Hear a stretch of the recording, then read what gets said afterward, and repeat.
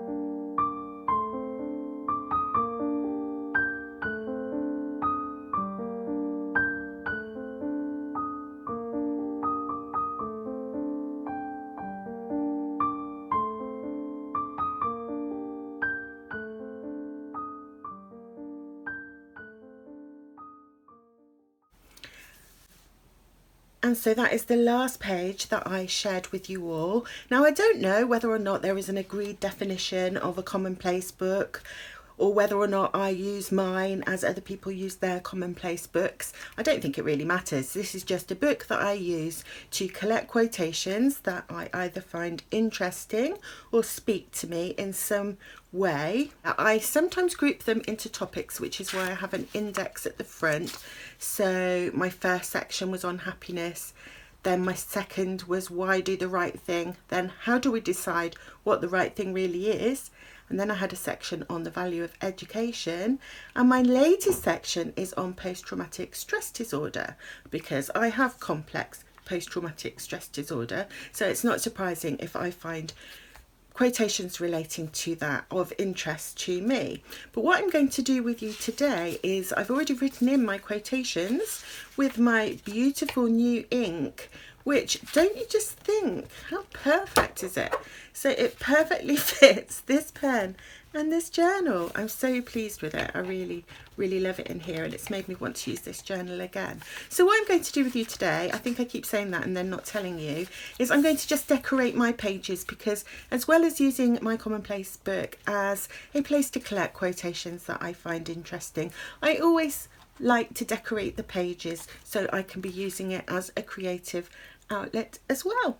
So let's get started. And my first quotation is from Laurie Goodwin, and she has written, "When we feel weak, we drop our heads on the shoulders of others. Don't get mad when someone does that. Be honoured, for that person trusted you enough to, even if subtly, ask you for help." And as a PTSD sufferer, I find it really difficult to ask people for help. Mainly because I find it really difficult to trust people. I have my very much loved family members, of course, and if you watch my channel, you know how much I love them. But for a lot of them, my sister, my kids, my grandchildren, I feel like I should be looking after them and not the other way round. And so it can be hard for me sometimes to ask for help when I need it. And if I do ask someone for help, and it is mostly my partner, Ewan, who is amazing, when I do ask him for help, I am really making an enormous step in trusting him, and it's something that I do find very difficult to do. So I've picked out this little piece, which, where did this one come from? I think it was from Mary in Poland, but I might be wrong. And then I've got a little piece of paper and one of my frames I like, and I'm just going to glue those to the page. So yeah, I like this quotation because I think sometimes people don't realise that when someone turns to you, it might be a really big step for them to turn to you, and you should feel honoured or flattered or pleased that you're able to offer that to somebody.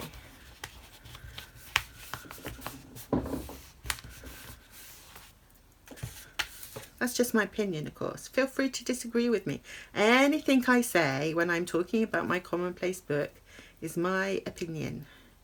And I can try and justify my opinions. But I'm more than happy if you disagree with me, and even happier if you've got a good reason for disagreeing with me when I say something. Right, I'm going to put that one there, and I've just realised I have my piece of paper underneath that frame, and this has got some lovely sparkle on it. A lot of my bits and pieces have come to me from happy mails since I started my channel, really. People have been so kind and generous, and it's been really, really good for me to meet so many wonderful people in the journaling community. Because I was a bit scared initially, and certainly my family members were, like, are you sure you want to start a YouTube channel? You might have people saying unkind things to you. And I said, well, if they do, they do. I think I can cope with that. I know at first my son was sort of screening some of the comments, and I haven't had that at all. All I've had is lovely, supportive people, which restores my faith in the world, because there is a danger when you're a trauma survivor to see the whole world as dangerous, when in fact a very small proportion of people are dangerous. And I'm just playing around, popping little pieces of paper where I think they'll look nice, and then I want a focal point here. And so I'm going to grab, I've got this pet tape from Dolce Vita. So I'm going to pick one of these. Oh, and I like her there, the girl that's, what, I can't find any scissors. There must be scissors somewhere. So I'm going to put this girl as my focal point on the top of that frame, like so. And then I think I'm going to add a little bit of stamping. Got these stamps, again were a gift.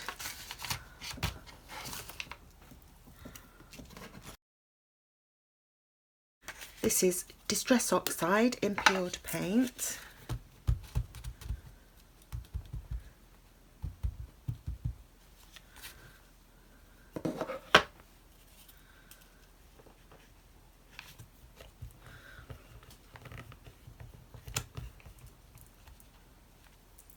Oh, that looks really pretty.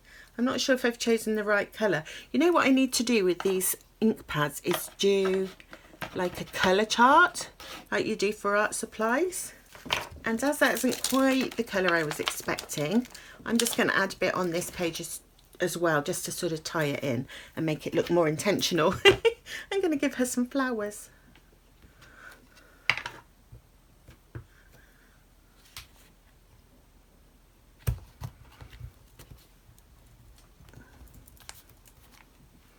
There. I think I want to just tear a piece of that off because it's kind of going into the crease of the page. There we are. What do you think? Oh, this one I've written my quotation in the middle of the page. So I want to do, I think I want to do just something like delicate around this page. I've done, like I've done on some of the previous pages I showed you. I'm going to take some of my print on stickers. These are from Make Up Your Life, or MU. And I'm just going to decorate this one with some really pretty, I hope, stickers. Well, what about this nice blue colour? Okay, so this quotation is from Roxane Gay, and it says, "It is more like carrying something really heavy forever. You do not get to put it down. You have to carry it the way you need to, however it fits best." And I feel that childhood trauma feels to me exactly like that. It's like a weight that you just carry all the time. I think that's one of the things that's really difficult about the results of childhood trauma, is the fact that, unlike an illness, which, you know, has a beginning and an end, those traumatic memories that are sort of stuck inside you are memories that you have to carry with you forever. And they are a huge burden. And I think people that haven't experienced that, or people that have processed their trauma more effectively, because some people are really good at processing trauma, though that is very difficult for children because they don't really have the resources, the sort of psychological resources to process trauma. And I talk about it not because I want to feel sorry for myself or want anybody to feel sorry for me, but because I feel that mental health issues are very taboo in our society. And I don't see why they should be, because it's no more your fault if you have a mental illness than it is if you have a physical illness. In fact, I think it's unclear that there's all that much of a divide between the two. So something like complex post-traumatic stress disorder, if they do a scan of your brain, they can see the areas that are damaged. Because when you experience a lot of trauma, you release a lot of stress hormones, and then those can actually damage your brain and they cause damage to your body. So you are carrying that burden, as it says in this quotation, with you as you live your life. Which doesn't mean to say you can't recover. People do recover if you can find the right therapist that can help you process the traumatic memories and feelings. You can recover, but it's really hard. I find it. I tried therapy, and then my therapist gave up her practice, and I was devastated, and any benefit I'd had from the therapy was negated by the devastation I felt when she gave up her practice. And I just since haven't felt able to start again with anybody else. And I have got better at managing my symptoms myself, but I know that I won't really heal until I get up the courage to go to therapy. But the problem was, like, we'd spent a lot of the time working on her gaining my trust, and then she closed her practice. It was like nothing worse could have happened. That's how it felt to me. Catastrophic thinking, it's called.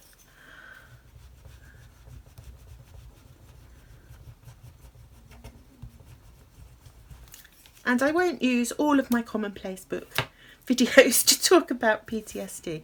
I just chose it for this little topic because and I'll probably do some more that I won't necessarily share because I don't know how interested anyone is. But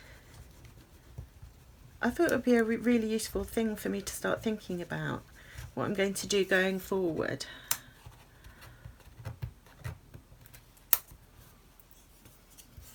I'm taking forever to do this because I'm chatting at the same time. Let me put a few more on, but speed it up. I love that little fox. Do I want to use the little fox? I feel like I want to save it. I don't know what I'm going to save it for.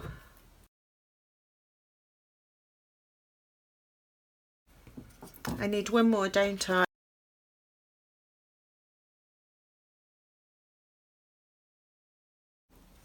So that's a fairly simple way to decorate a page. Just put in a few rub-on stickers. Just realised I've used blue ones on a previous page, and that's where the bump was. I've put these little flowers. They look nice, don't they? I feel like I need something else now because I had something before, but I think I'm going to leave it there. And I think I have two more to do. So this quotation. So where I write the quotation on one side of the page, I like to do like a little collage on the other. And if I've written a quotation in the middle, I just decorate around. Some places I do a lot more writing than others. So here I was writing notes, which I can do whatever I want. It's my book. I can do whatever I want with it. And because it's got an index and I can reference the quotations, I could, if I wanted to write further notes, it would depend what you're doing your Commonplace book for, but for me it's just collecting things that I want to think about. So what I'm going to do now is another little collage. Now this quotation is from Carolyn Spring, and it says, "Triggers are like little psychic explosions that crash through avoidance and bring the dissociated, avoided trauma suddenly, unexpectedly back into the consciousness." So I talk about triggers. I have triggers, and I know what some, it's took me a lot of time to work out what some of my triggers are. If you've got complex PTSD and you're triggered, you get this sudden, unexpected, sometimes without warning, feeling of the traumatic experience that you, which in my case was experienced way back in my past. But the feelings that I experienced at the time can suddenly become just as real to me now as they were then. And the feelings can become real. Any pain that I experienced, I can feel again, just as if it's happening to me now. And obviously it's traumatic for anybody who sees that, and it's traumatic for me. So what tends to happen is, when that happens to me, I dissociate again. So when the original trauma happened, I dissociated it to protect myself, normal response. And then when I'm triggered now, because I buried that experience, those memories, I can't recall them, because of that, they can just burst out when something triggers them again, and they haven't been processed, and they feel just exactly like they did at the original time, or at least I think that's the explanation, and certainly it's my experience. And a lot of what, sort of what I know about my experience is what people who witness it tell me, because obviously I can't see always what's happening, and I don't always remember what's happening. Sometimes I just pass out, which is unfortunate when you bang your head. because it's not good for your head to be banged too often. Explains a lot. So yes, so triggers can be different for different people. One of mine is the smell of certain brands of aftershave. That can trigger me. Stress can trigger me, which is why I try to keep my life as stress-free as possible. And obviously you can't avoid stress all the time. I mean, how are you going to do that? Stress is a normal part of life. I just need to learn to deal with it and protect myself from it as much as possible. And I also need to learn to identify my triggers, and I need to go back to therapy so that I can learn how to process those memories that keep flashing back into my current existence. I love the way Carolyn calls it psychic explosions. It's exactly what it feels like. So I agree with her description here, which is why I chose that. And I'm just getting out some old stamps here that I've had for a long time, and I bought them from London Gifties, which is a UK journaling supply shop. I think she started on Etsy, but she's got her own shop now. Oh, I like that one, that dark red one. What do you think? So let's first of all pop on some of these bits of paper. This is lovely, this speckly one. I've already distressed all my edges with Tim Holtz Distress Ink in Gathered Twigs.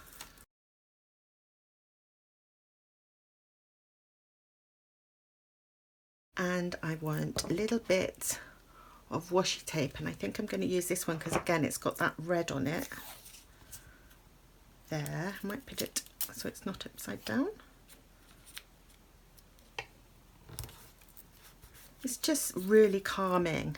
I find this really stress relieving, just sitting and playing with pieces of paper. It doesn't feel such hard work as doing a drawing would feel, because obviously with that you've got to concentrate more, things can go wrong. But what can go wrong when you're sticking bits of paper together? And to be honest, even if a drawing goes wrong, you can just cover it up or rub it out or whatever. But I just find this really sort of calming. Now I did want to do a little bit of stamping with this, so I need to find something that I want to stamp on here. And I think I'll go back to this stamp set that I already had out. What would be nice? I'm thinking just something really delicate like that. Oh, and I've just thought of something else. I could use my favourite little coffee ring stamps. Did I say stanks? Can't even speak. Ooh, let's put that one there. Yeah, I like that. I've got lots of things out on my desk at the moment because I'm having a sort out of my travel pouch after my coffee shop journaling session. I'm just waiting for some things to come, and then I'm going to do another video.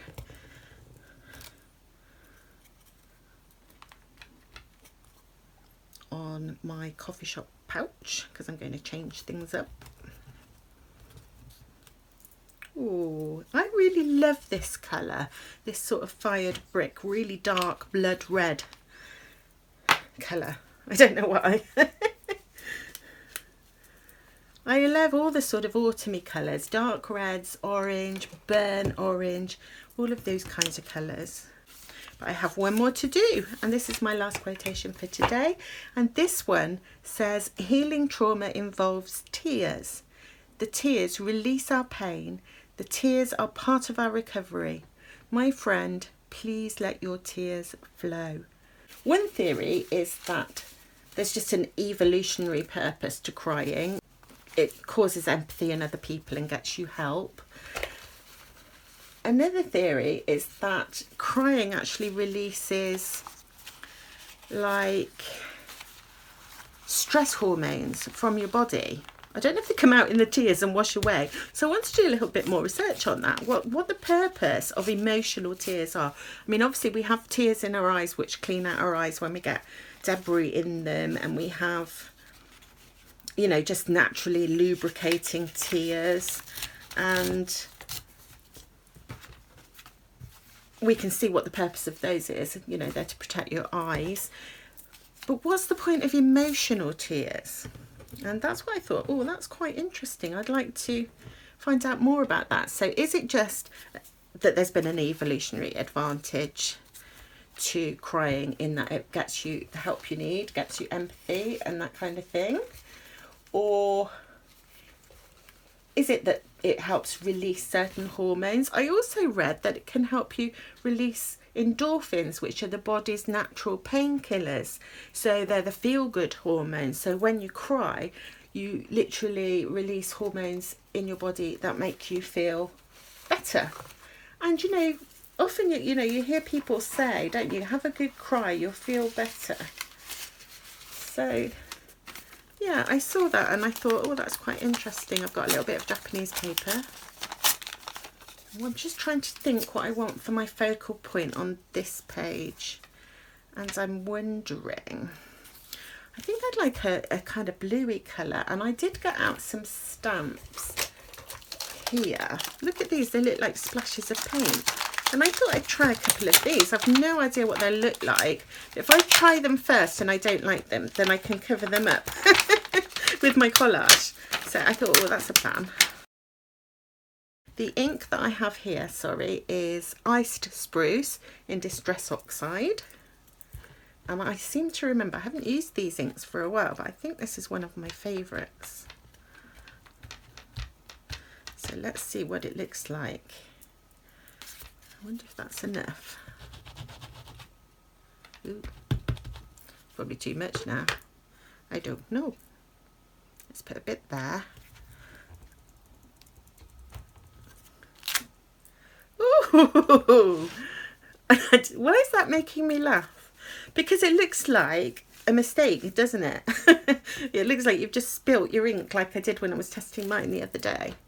Which I bet if you tried to do it there, you can't control it in the same way, can you? If you just like spilled some ink on here. I don't know if it would be as effective. I'm going to put one of those. I'm going to get carried away now, look. Put one of those up there. Ooh, I like these. They're fun. And I've got one more I'm going to try. It's all slightly different. Cool. What do you think to purposely putting fake ink blobs or watercolour splashes or whatever they're supposed to be onto your page? Do you like how it looks? And now I'm thinking I don't want that brown. I think I might be, I like that though. I think I want some more sort of slightly more, I will save that because I never waste any scraps. I think I want something a little bit more, what's the word? Transparent? Translucent? Either of those words would do, wouldn't they? So that I can see my ink blobs behind. Is that one translucent enough? Oh, yes.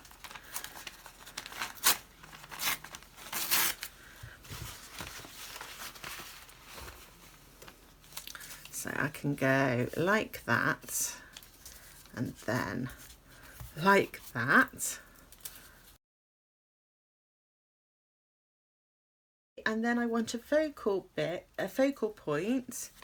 Now, she's got a tray on her head. So my camera stopped recording just as I was about to finish the video. So all you missed was me adding this tiny little Dolce Vita pet tape sticker of a girl. I chose that one because of the colour of her clothes, which seemed to tone in very well. So all that remains now is for me to say thank you so much for watching, and I will see you again very soon. Bye.